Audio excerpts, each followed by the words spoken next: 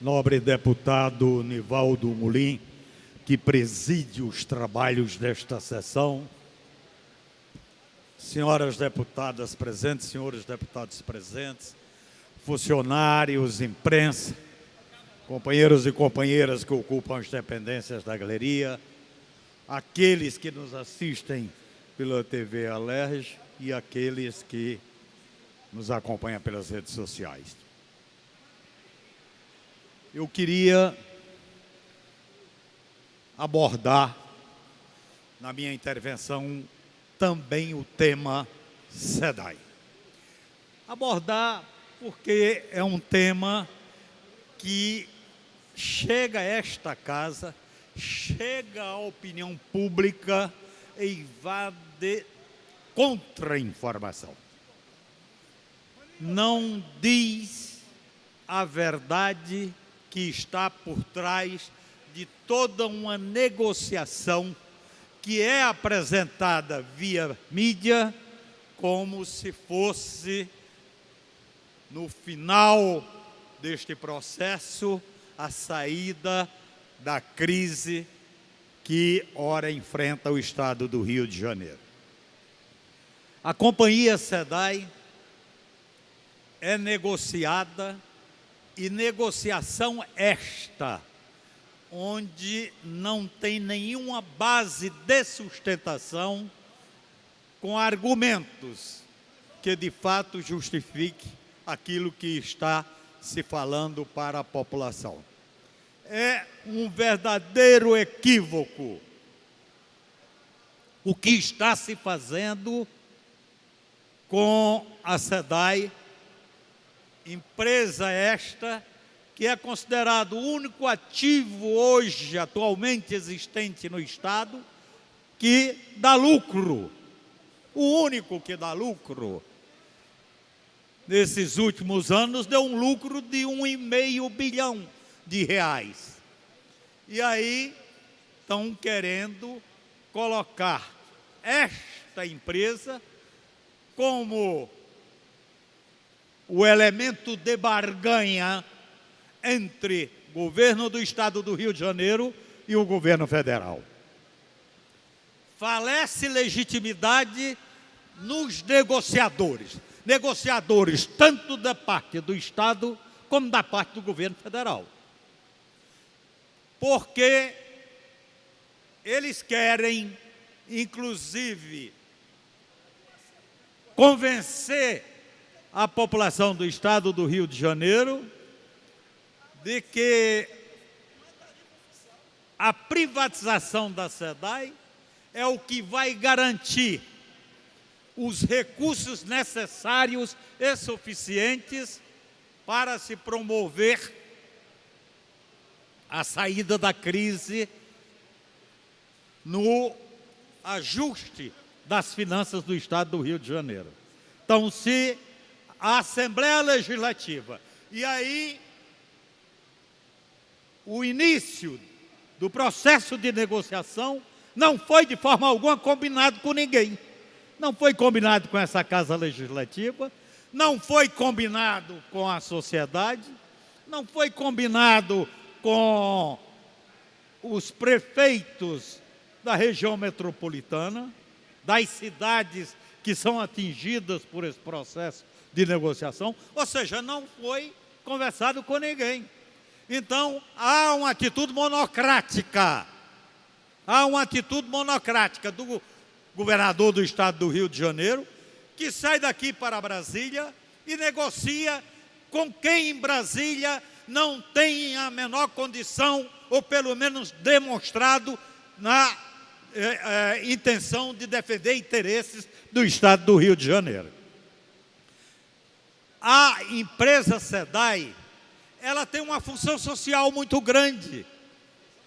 Por exemplo, a tarifa social, que hoje atende a 1.262.000 pessoas do Estado do Rio de Janeiro, em cerca de 900 comunidades, como é que vai ficar isto daí?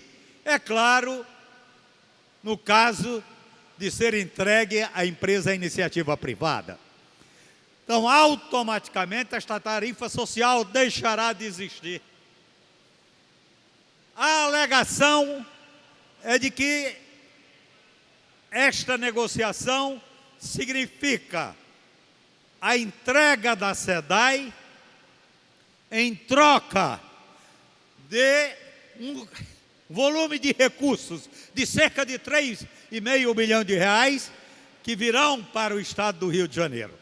Ora, a empresa SEDAI, o patrimônio desta empresa é muito maior, os recursos aportados naquilo que é próprio da empresa é muito maior do que esses 3,5 bilhões. E mais, é bom que se diga a verdade para que as pessoas comecem a entender o que está acontecendo, é que a SEDAI tem um passivo de cerca de 5 bilhões de reais. Passivo este que automaticamente, ao ser privatizada a empresa, quem comprar a empresa não vai querer de forma alguma este passivo. Então o passivo vai para o Estado. Ou seja, o Estado passa a ter um passivo de cerca de 5 bilhões, responsável por isto daí, dinheiro que irá fazer falta ou que deverá sair exatamente dos cofres do poder público. E mais, o Estado, através de seus órgãos, hoje, paga cerca de 90 e tantos milhões de reais da água que é consumida. Então, automaticamente, havendo a privatização da empresa, estes valores serão pagos agora para a iniciativa privada. Ou seja, mais uma vez, deixa de entrar ou sai dos cofres do Tesouro. Ou seja, esta é que é a verdade. Então, não se vê nenhuma vantagem como resultado desta negociação que traga os recursos necessários e suficientes para a verdadeira saída da crise do Estado do Rio de Janeiro. Isto é uma coisa. Daí a sociedade ela tem que ter conhecimento disso aí. A outra coisa é a forma como está sendo operado pelo governo do Estado. E aí, querendo envolver a Assembleia Legislativa exatamente nesse processo de negociação. O governo do Estado tem adotado o pior procedimento, as piores práticas, a política mais atrasada e conservadora que possa existir no tratamento deste tema em relação, ou no tratamento da relação com o Legislativo. Aqui, para convencer os deputados estaduais a votarem favorável à privatização da SEDAI, não é uma tarefa fácil, porque a sociedade lá fora está exigindo o tempo todo um compromisso de nós, deputados estaduais, de defender essa empresa, custe o que custar, porque, caso contrário, haverá uma grande perda por conta da sua privatização. Então, o que o governo está fazendo? Está usando cargos do Executivo que não pertencem a ele, mas está usando isto como moeda de troca exatamente para obter uma maioria aqui nesta casa, que dê a sustentação política suficiente para ele conseguir no comando do Estado do Rio de Janeiro. Isto é um verdadeiro escândalo. É um verdadeiro escândalo. Então, há uma ação sendo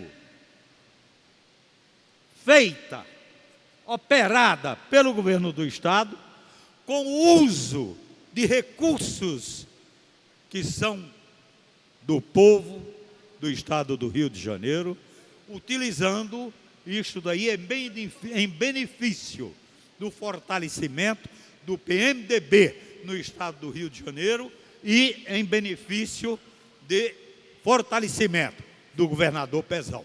Ou seja, a SEDAI entra como moeda de troca. E aí, no sentido de uma salvação política para o PMDB do Estado do Rio de Janeiro e para o governador Pezão, também do Estado do Rio de Janeiro.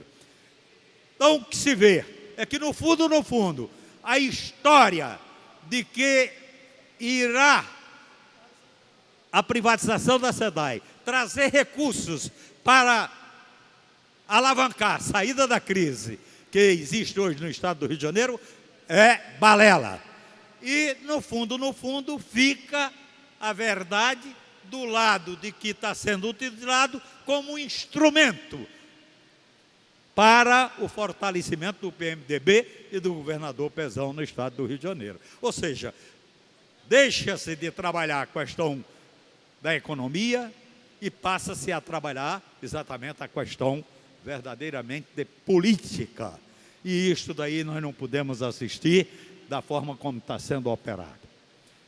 Acho eu, e tenho sempre afirmado, só para concluir, eu tenho sempre afirmado aqui, que é quase que inadmissível aqueles que foram responsáveis, que são os verdadeiros responsáveis pela situação de crise que o Estado do Rio de Janeiro está passando, que eles não têm a mínima autoridade, nem competência, nem confiança do povo para operar tudo aquilo que for necessário e suficiente para a saída da crise. Essa é que é a verdade. E mais, só para fechar mesmo, aqueles que sempre foram responsáveis por meter a mão da forma mais indevida possível nos recursos do Tesouro do Estado do Rio de Janeiro, continuam a fazer a mesma coisa.